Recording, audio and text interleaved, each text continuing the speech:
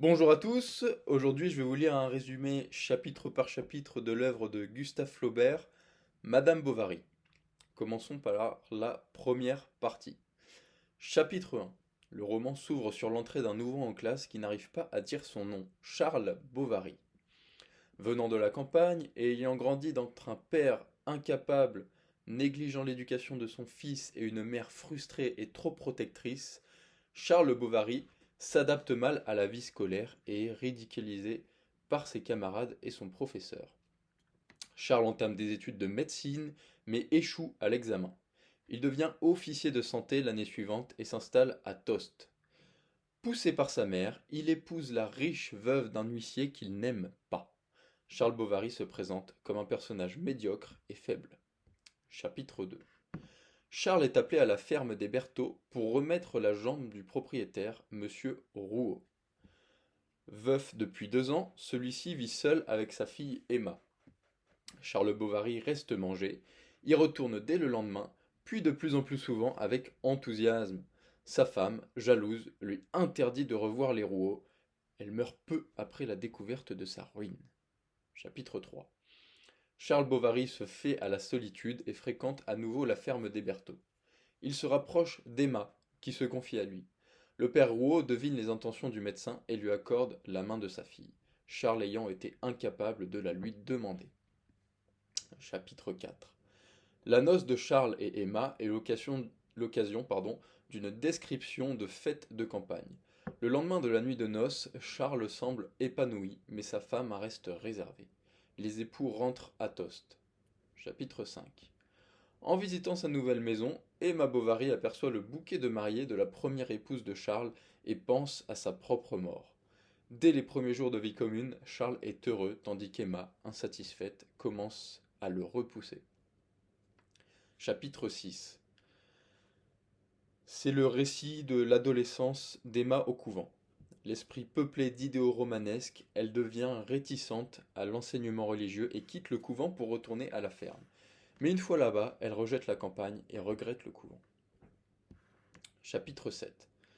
C'est un contraste entre Emma, qui dessine, joue de la musique et sait recevoir, et Charles, qui ne sait rien faire et n'a aucune opinion. La mère de Charles leur rend visite et déprécie sa belle-fille. Emma Bovary, désillusionnée, imagine ce qu'aurait pu être sa vie. L'invitation au château du marquis d'Andervilliers bouleverse la monotonie de la vie conjugale. Chapitre 8. Au château, Emma est émerveillée. Elle interdit à Charles de danser, de peur qu'il ne se ridiculise. Lors du bal, Emma danse avec un vicomte. Le lendemain, elle reste subjuguée par cette rencontre, et les jours qui suivent repense au bal avec nostalgie. Chapitre 9. Emma Bovary rêve de Paris. Elle achète un plan, s'abonne à des revues et lit des romans dont l'action se situe à Paris. Méprisant de plus en plus son mari, qui n'a aucune ambition, elle s'imagine une autre existence. Désespérée, elle se renferme, devient irritable, perd l'appétit. On envisage alors de changer d'air. Lorsqu'il quitte Tost, Emma est enceinte. On passe maintenant à la deuxième partie de ce résumé. Chapitre 1, qui commence par une description de Yonville-l'Abbaye, village au paysage plat et aux bâtisses décrépites. À l'auberge du Lion d'Or, la patronne, Madame Lefrançois, discute avec le pharmacien Homais. Le percepteur Binet et l'abbé Tournisien viennent dîner. Tandis qu'ils parlent religion, arrive la diligence conduisant les Bovary. Chapitre 2. Les Bovary dînent à l'auberge en compagnie du pharmacien et du jeune clerc de notaire Léon Dupuis, qui discute avec Emma de son ennui, de littérature et de musique. La conversation est pleine de clichés romantiques. Après le dîner, les Bovary se rendent dans leur nouvelle maison. Emma y voit la perspective d'un renouveau. Chapitre 3. Homais, qui donne des consultations médicales dans son arrière-boutique, sans diplôme, s'attire la sympathie de Charles pour qu'il ne se doute de rien. Charles Bovary peine à se faire à une clientèle. Souhaitant un garçon, Emma accouche d'une fille, qu'elle nomme finalement Berthe, se rappelant avoir entendu ce nom chez le marquis. Elle va voir son bébé chez la nourrice, accompagnée par Léon. Cette promenade suscite chez eux une certaine langueur. Chapitre 4. Aux soirées organisées chez Homais, Léon et Emma se rapprochent. lisant des vers et conversant à voix basse. Emma refuse de reconnaître ses sentiments. Chapitre 5. Alors qu'elle visite avec Charles, Homais et Léon une filature de lin, Emma prend conscience de son amour pour le clerc, Léon. Avec son grand œil bleu, où se reflète le ciel, le jeune homme représente un idéal qui contraste avec l'attitude ridicule de Charles. Après la visite, Emma refoule ses sentiments pour Léon, devenant une mère et une épouse modèle. En femme vertueuse, elle repousse Léon, ce qui la conduit à haïr son mari et à tomber malade. Chapitre 6. Emma repense à sa jeunesse et cherche du réconfort à l'église. Mais l'abbé n'écoute pas et la conversation tourne au quiproquo. Emma rentre chez elle, elle repousse sa fille qui se coupe la joue en tombant. Affolée et rongée par la culpabilité, Emma veille sur Berthe toute la soirée. Léon, lassé, part étudier le droit à Paris et fait ses adieux à Emma. Chapitre 7. Dès le lendemain, Emma ne pense plus qu'à Léon, l'idéalise et regrette de l'avoir repoussé. Elle se montre instable et extravagante. Charles, sur les conseils de sa mère, interdit à sa femme de lire des romans.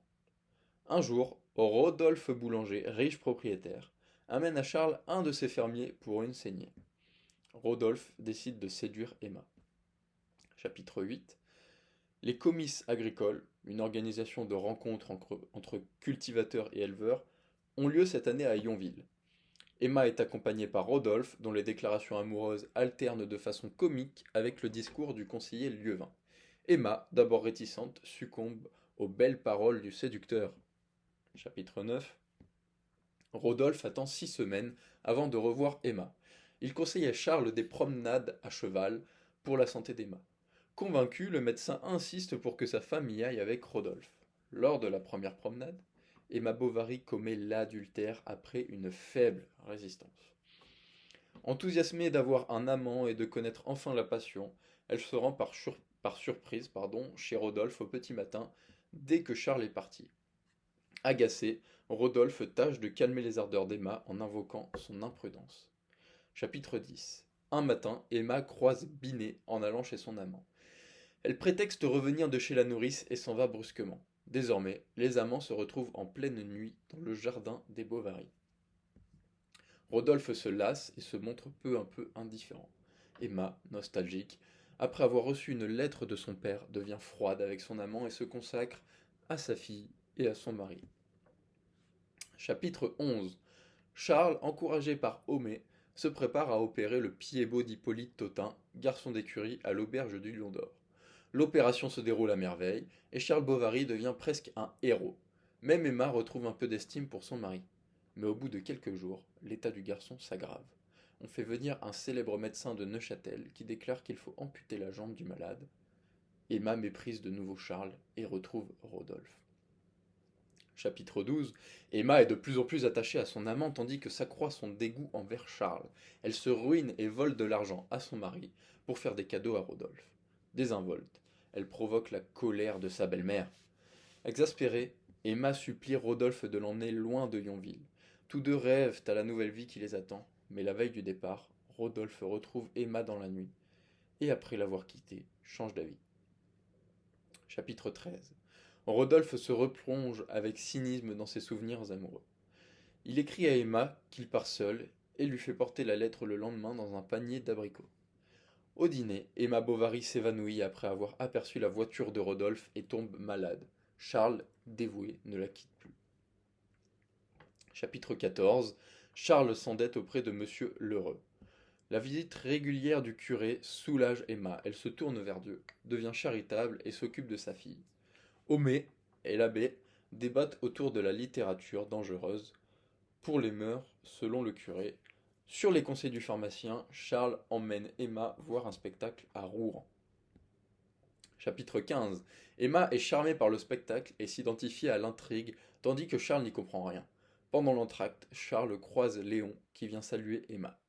Lorsque le spectacle reprend, celle-ci ne s'y intéresse plus. Léon propose au Bovary de sortir prendre une glace. Charles insiste pour qu'Emma reste un jour de plus pour voir une nouvelle représentation en compagnie du jeune homme. Troisième partie du résumé, chapitre 1. Le lendemain, Léon retrouve Emma à son hôtel et prétend n'avoir jamais cessé de l'aimer. Ils idéalisent leurs souvenirs. Emma repousse le garçon, mais lui donne rendez-vous à la cathédrale le lendemain matin. Après avoir tenté de résister à la tentation en priant, Emma se laisse entraîner dans un fiacre par Léon et s'offre à lui. Chapitre 2. De retour à Yonville, Emma est priée de se rendre chez Homais, qui lui annonce abruptement la mort de son beau-père. Elle retrouve Charles, dévasté, et le considère faible de ne pas surmonter sa douleur. Ne cessant de penser à son amant, Emma propose à Charles d'aller pour lui à Rouen, afin de régler leurs problèmes financiers. Chapitre 3. Emma et Léon passent 3 jours idylliques à Rouen. Triste de quitter son amant, Emma planifie avec lui une correspondance secrète. Chapitre 4. Léon, à Yonville, peine à voir Emma en tête-à-tête. Elle lui promet de trouver un moyen d'aller le voir régulièrement. Elle fait croire qu'elle a besoin de leçons de piano et obtient, à force de ruse, la permission de son mari. Les leçons se tiendront à Rouen 1 fois par semaine. Chapitre 5. Emma voit Léon tous les jeudis à l'hôtel et rentre le soir. Elle ment désormais par plaisir. Charles découvre un jour les dépenses de sa femme. Sa mère lui fait détruire la procuration financière faite à Emma. Mais sa mère partie, il lui en signe une nouvelle. Emma, extravagante et insouciante, va à Rouen n'importe quand et rentre quand elle le souhaite. Chapitre 6. Attendu par Emma, Léon se laisse entraîner par Homais dans Rouen. En colère, Emma le trouve faible et le méprise. Leur passion s'éteint, mais il continue à s'envoyer des lettres. De retour à Yonville, après s'être amusé toute la nuit à un bal masqué, Emma doit faire face à ses excès financiers. Chapitre 7. Emma demande de l'argent à Léon. Sans nouvelles, elle rentre et découvre que ses meubles, saisis par l'huissier, sont mis en vente. Elle se rend chez le notaire qui profite de sa détresse et lui fait des avances. Emma s'enfuit, écœurée et sans le sou. Après avoir essayé en vain de corrompre Binet, elle pense à Rodolphe, son dernier espoir. Chapitre 8. Après quelques effusions, Emma énonce à Rodolphe la raison de sa visite. Vexé, il déclare qu'il n'a pas la somme qu'elle demande. Elle le quitte avec rage. À Yonville, elle obtient de Justin, recueilli par Homais, qu'il lui ouvre le laboratoire. Elle s'empoisonne à l'arsenic devant le garçon, impuissant. En rentrant sans donner la moindre explication à Charles, elle lui rédige une lettre à lire le lendemain. Charles, pris de panique, contacte ses confrères, mais aucun ne parvient à la sauver. Chapitre 9. Charles veut un enterrement romantique. Homais et le curé se disputent, encore à propos de religion auprès du cadavre en décomposition d'Emma. Après qu'elle ne soit mise en bière, Charles souhaite garder une mèche de ses cheveux. Chapitre 10. Le père Rouault arrive à Yonville, abattu. Après la cérémonie à l'église, puis la procession, les habitants du village assistent à l'inhumation, évoquant la défunte avec hypocrisie. Le soir, Charles reste avec sa mère, qui prévoit de venir s'installer chez lui. Chapitre 11. Charles est accablé par les dettes et par son deuil. Un jour, il tombe sur la dernière lettre de Rodolphe, mais croit à un amour platonique.